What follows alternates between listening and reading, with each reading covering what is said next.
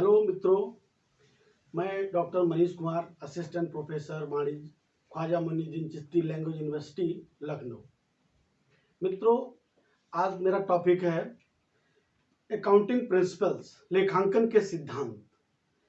पिछले टर्म पे इससे पहले मैंने आपको ऑब्जेक्टिव्स ऑफ अकाउंटिंग और उससे पहले और कुछ काफ़ी चीज़ों को मैंने बताया था। तो आज मैं आपको बताने जा रहा हूँ अकाउंटिंग प्रिंसिपल्स।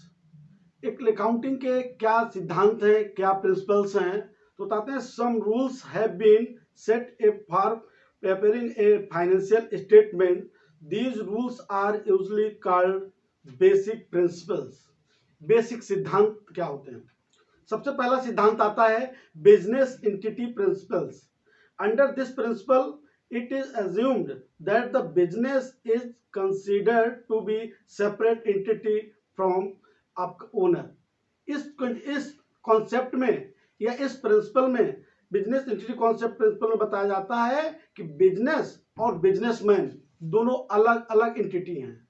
बिजनेस कंटिन्यू चलता रहता है, बिजनेस कंटिन्यू चलेगा, बट बिजनेसमैन कल आज कोई और है, परसों कोई और होगा।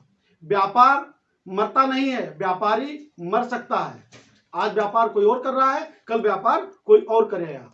तो बिजनेस एंटिटी में बताया जाता है कि बिजनेसमैन और बिजनेस दो अलग अलग कॉन्सेप्ट होते हैं, दो अलग अलग चीजें होती हैं। दूसरा आपका money measurement principles. Money measurement लेखांकन सिद्धांत में बताया जाता है कि लेखांकन में मनी मेजरमेंट, मुद्रा में जिन चीजों का मेजरमेंट किया जाता है, केवल उन्हीं चीजों का स्टडी किया जाता है, उन्हीं चीजों का अध्ययन किया जाता है। According this principle, only those transactions are recorded in the books of accounts which can be measurement in the term of money. उन्हीं टर्म्स को, उन्हीं पॉइंट्स को लिया जाता है जिनका मनी मेजरमेंट किया जाता है, जिनको मुद्रा में, जिनका हम मेजरमेंट कर सकते हैं। तीसरा आता है बेटा accounting period principles. Accounting period में लेखांकन का एक पीरियड होता है, एक टाइम होता है। इस टाइम के बाद तो हम लेखांकन करते हैं एक पर्टिकुलर टाइम के लिए। In this principle, according to this principle, every businessman wants to know the result of his investment and efforts. There can be certain period. एक सर्टेन पीरियड में उसके जो रिजल्ट्स हैं, उन रिजल्ट्स को जानना चाहता है, तो उसमें आता है अकाउंटिंग पीरियड। पर्टिकुलर टाइम हो सकता है आपका अकॉर्डिंग टू फाइनेंशियल ईयर हो सकता है, अकॉर्डिंग टू कैलेंडर ईयर हो सकता है। अगर फाइनेंशियल ईयर में है तो 1 अप्रैल टू 31 मार्च हो सकता है। अगर कैलेंडर ईयर है तो आपका 1 जनवरी टू 31 दिसंबर हो सकता है। फोर्थ आता है accounting principle full disclosure principles. Full disclosure principle बताता है कि जो हमारे अकाउंटिंग स्टेटमेंट हैं उनको फुल डिस्क्लोज कर दो, ओपन कर दो। जो भी हमसे इंटरेस्ट रखने वाले हैं, जो पार्टीज हमसे संबंध रखती हैं, चाहे इन्वेस्टर्स हो, क्रेडिटर्स हो, डेटर्स हो, वेंडर हो, सेल्स हो, परचेजर हो, उन सबके लिए अकाउंटिंग के स्टेटमेंट्स हैं, फुल डिस्क्लोज कर दो, ओपन कर दो। फोर्थ आता है आपका principle of going concern. According to this principle, recording business transaction in the books of accounts, it is assumed that the business will be carried on the long period time, कि business long period चलेगा। हम लोग इस principal में सिद्धांत पढ़ते हैं कि कोई भी बिजनेसमैन बिजनेस स्टार्ट करता है, ये मान कभी नहीं चलता है कि बिजनेस आज स्टार्ट किया कल बंद हो जाएगा। बिजनेस से लॉन्ग टाइम चलेगा। वही मैंने उसने बिजनेस एंटिटी कॉन्सेप्ट में आपको बताया था, बिजनेस कभी मरता नहीं है। तो इसलिए बिजनेस कब जब स्टार्ट किया जाता है लॉन्ग पीरियड के लिए होता है। बिजनेसमैन भले ही चेंज हो जाए पर बिजनेस आपका बंद नहीं होता है, लंबे समय तक बिजनेस चलता है।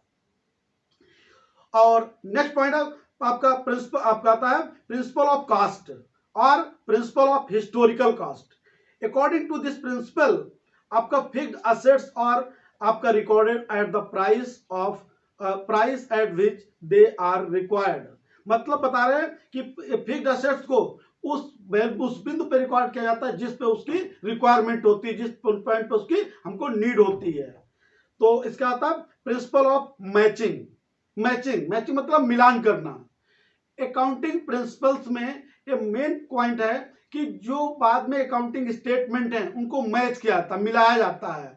Debit equal to credit, credit equal to debit, balance sheet बनाते हैं तो आपका बैलेंस शीट में एसेट्स लायबिलिटी इक्वल होती हैं। According to this principle cost of business of a particular period is compared with the profit made by the business during the period। तो एक particular time में जो प्रॉफिट जो accounts हुए उनको मैच करते हैं, उनका मिलान करते हैं, ये आपका मैचिंग कॉन्सेप्ट कहलाता है। प्रिंसिपल ऑफ रियलाइजेशन, अगला पॉइंट आता है principle of realisation. Accounting this principle, revenue is said to the realized when the goods or services are sold to be a customer। This point बताया principal of realisation कि जो services customer को rendered की जाती हैं उससे customer जो सेवाएं प्राप्त करते हैं को प्राप्त करते हैं। आपका principal of dual aspect, dual aspect पर अकाउंटिंग में कॉन्सेप्ट काम करता है ड्यूल एस्पेक्ट। प्रत्येक ट्रांजैक्शन के लिए दो पार्टी होती हैं, एक रिसीवर दूसरा गिवर, इसीलिए आपको कहते हैं एक डेबिट दूसरा क्रेडिट।